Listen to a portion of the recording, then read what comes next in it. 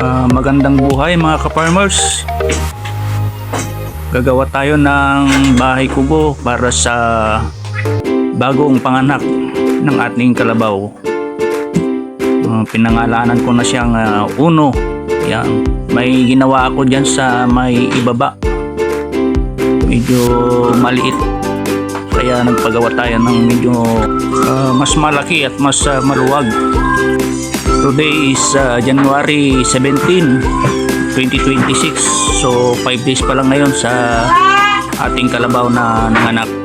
Sa mga nagbabalak din na gustong mag-alaga ng kalabaw, ipagpatuloy lang kung yan din ang pangarap ninyo o habit ninyo. Masaya.